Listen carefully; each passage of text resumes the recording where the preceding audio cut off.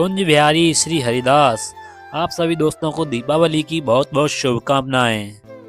और दोस्तों, इस वीडियो को पूरा जरूर देखें ताकि आपको पूर्ण फल की प्राप्ति हो। और वीडियो शुरू करने से पहले वीडियो को लाइक और चैनल को सब्सक्राइब अवश्य कर लें और कमेंट बॉक्स में बांके बिहारी लाल की जय अवश्य लिखें। ऐसा करने से दोस्तों आपकी हर्जी भरी जाएगी। और हमारा कोई भी सब्सक्राइबर बांके बिहारी जी को पाना चाहता है तो उनसे कोई भी एक नाता जोड़ लो और फिर देखो हमारे बांके बिहारी जी उस रिश्ते को कैसे निभाते हैं। और दोस्तों, आज जो मैं कथा सुनाने जा रहा हूँ वो आज से करीबन 20 साल पुरानी है। और इस कथा को पूरा सुनने के बाद में आपको पता चल जाएगा कि हमारे श्री बांके बिहारी जी अपने भक्त का मान किस प्रकार से रखते हैं। तो इसीलिए दोस्तों, वीडियो को लाइक करो या मत करो, पर वीडियो को पूरा अवश्य देखें। तो दोस्तों, वीडियो शुरू करते हैं। हरियाणा में एक खुशहाल परिवार रहता था और वह परिवार केवल खेती ही पर ही निर्भर था। और महीने में एक बार वो पूरा परिवार श्री बांके बिहारी जी के दर्शन करने के लिए अवश्य जाया करता था। और उन पर एक बिहारी जी की कृपा से एक कन्या हुई और उस कन्या का नाम उन्होंने लाली रखा। और वह शुरू से ही बांके बिहारी जी के दर्शन करने के लिए जाते थे, इसीलिए उस कन्या का भी बांके बिहारी जी के प्रति बहुत लगाव था। और जब वह कन्या 5 साल की हुई तब रक्षाबंधन का त्योहार पड़ा तो उस लाली ने देखा कि सभी लड़कों के हाथों में राखी बंधी हुई हैं। और उसने तभी सोचा कि मेरा तो कोई भी भाई नहीं है, आज से ही और अभी से ही मेरे बांके बिहारी जी मेरे भाई हैं। और वह कन्या जब बाहर से घूम कर के आई तो उसने देखा कि उसके घर पर श्री कृष्ण की एक मूर्ति है। तो उसने उस कृष्ण के हाथ पर कलाई पर राखी बांधी और भोग लगाया। और उस कन्या को राखी बांध करके बहुत शांति मिली।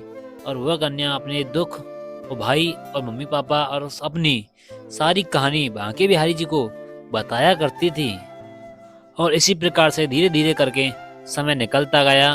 और जब अगली राखी आई तो उसने अपनी मम्मी पापा से कहा अगली राखी बांके बिहारी जी पर चलेंगे। तो उसके मम्मी पापा ने पूछा क्यों, तो उसने कहा अगली राखी में श्री बांके बिहारी भैया को बांधूंगी।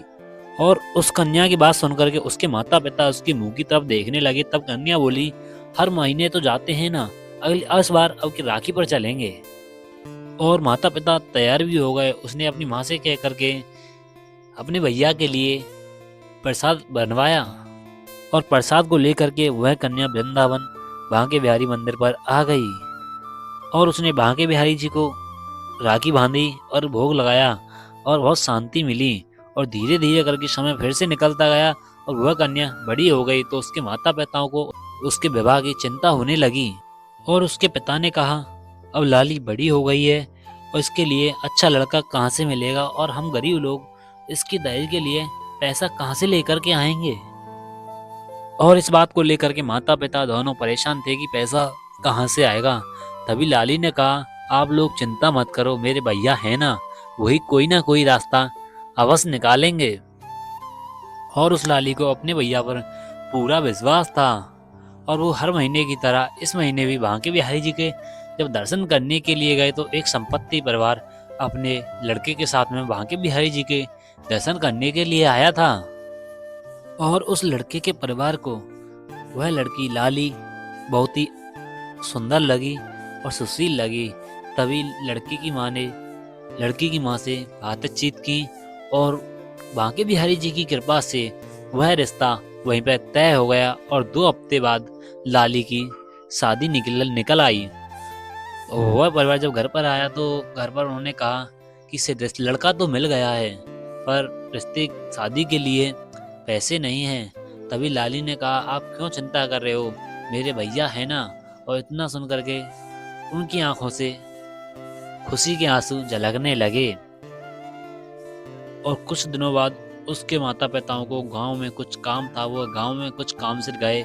और तभी एक सांवले रंग का लड़का घोड़े पर सवार होकर के कुछ सामान लेकर के लाली के घर पर आया और बोला हे लाली बहना। तब लाली ने अपना नाम सुन करके गेट खोला और उस लाली को वो सारा सामान दे करके एक गिलास पानी पी करके वहाँ से चल दिया और कहा, इसका पूरा पता इस पर्चे में लिखा हुआ है।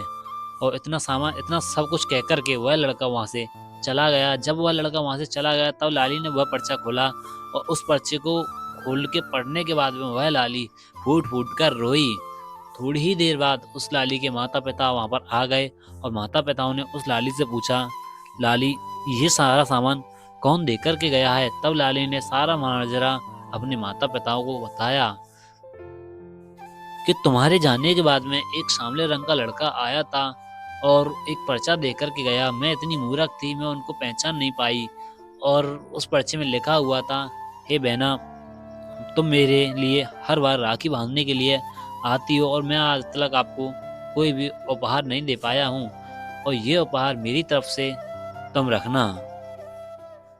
और जो लड़का मैंने तुम्हारे लिए ढूंढा है वह लड़का बहुत ही अच्छा है और मुझे पता है घर में पैसे नहीं है, इसीलिए मैं ये सामान दे करके जा रहा हूँ। कृपा करके मेरा ये सामान स्वीकार करें।